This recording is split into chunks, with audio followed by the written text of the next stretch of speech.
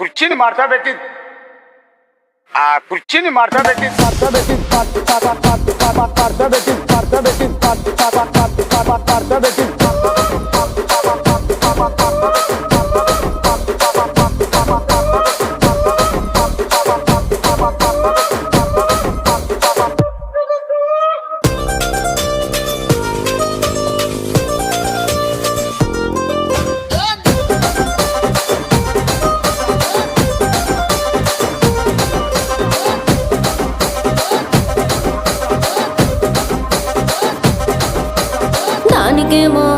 దానికేమో